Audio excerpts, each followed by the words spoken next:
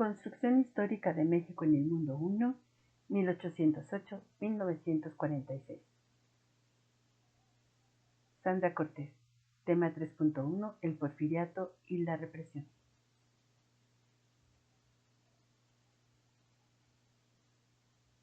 Empresas familiares, estrategias y persistencia.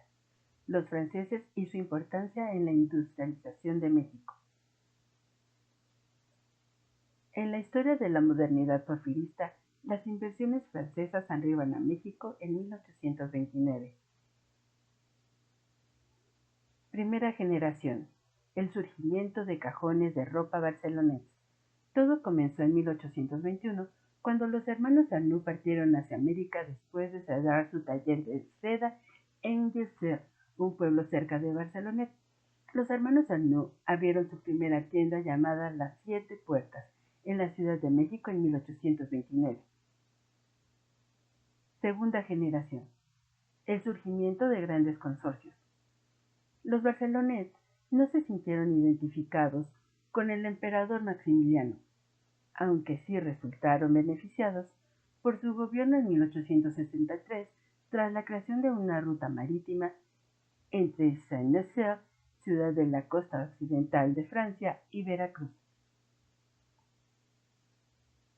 que fue un complemento con la inauguración de una línea de ferrocarriles que conectó la costa de Veracruz con la Ciudad de México en 1873. Entre 1870 y 1880, las actividades económicas de los barceloneses estaban concentradas en el comercio y la consolidación de la distribución de ropa, aunque estos comenzaban a aventurarse en la industria textil y en actividades financieras. Tercera generación. El retorno a las empresas familiares. La tercera generación se centra en las familias que llegaron a finales del siglo XIX y principios del siglo XX, momento en que la segunda generación se encontraba en auge de sus negocios. Esta estrategia de control familiar les dio a las empresas una mayor adaptabilidad y flexibilidad para la toma de decisiones ante el inestable entorno político de México de la primera mitad del siglo XX, responder con eficacia a eventos externos, la Revolución Mexicana y sus consecuencias como la reforma agraria.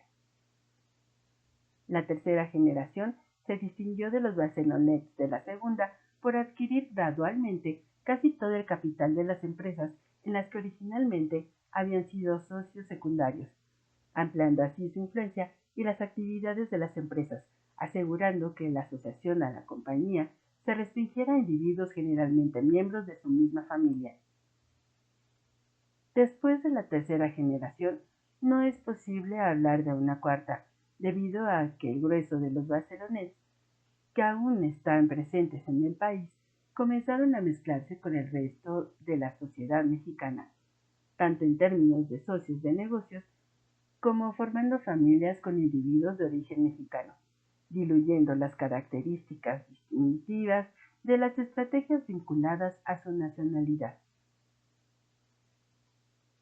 Petrocultura, nación e identidad de México. A comienzos del siglo XX, compañías extranjeras, principalmente estadounidenses, monopolizaban la explotación y comercialización del petróleo. En México, gracias a que la Ley Petrolera Porfiriana de 1901 les otorgó exenciones fiscales y el derecho a solicitar la expropiación de terrenos para que estos pasaran a su propiedad. Estas compañías se convirtieron en el blanco predilecto del nacionalismo revolucionario que intentó colocar en el centro lo que el porfiriato dejó en los márgenes: la soberanía sobre los recursos naturales. El interés de los gobiernos revolucionarios en el petróleo se incrementó con Venustiano Carranza, que desde 1914 articuló una política dirigida a disminuir el poder de las compañías petroleras, así como a fiscalizar y nacionalizar este hidrocarburo. En 1916, Pastor Rue, titular de la Secretaría de Fomento, Colonización e Industria, ordenó la creación del Departamento de Minas y Petróleo. Pocos meses después se formó el Departamento de Petróleo. En abril de ese año, la Comisión Técnica sobre la Nacionalización del Petróleo presentó un informe en el que sentenció que era justo restituir a la nación de lo que es suyo, la riqueza de subsuelo, carbón de piedra y el petróleo.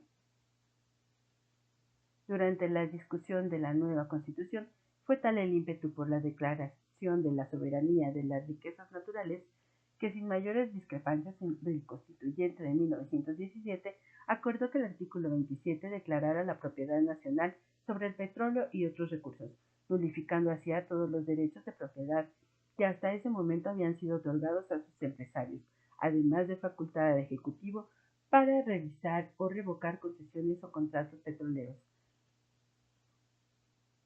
Una vez promulgada la Carta Magna, el Senado y la Cámara de Diputados se dieron a la tarea de expedir una ley reglamentaria del artículo 27 en materia de petróleo, la conocida como Ley del Petróleo. Este proceso se prolongó hasta diciembre de 1925, cuando en medio de presiones de las compañías petroleras y los gobiernos que respaldaban, se aprobó la ley que admitió eliminar toda la caducidad en las concesiones petroleras.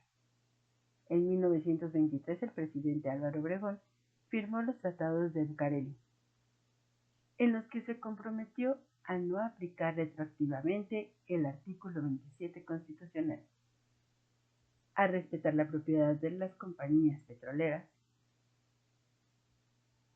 4 años después, Plutarco Elías Calles, nuevo presidente, acordó con el embajador de Estados Unidos, Dwight Morrow, un nuevo arreglo por el que no se renunció a la propiedad nacional sobre el petróleo, pero accedió a las demandas de las compañías para no dar retroactividad al artículo 27.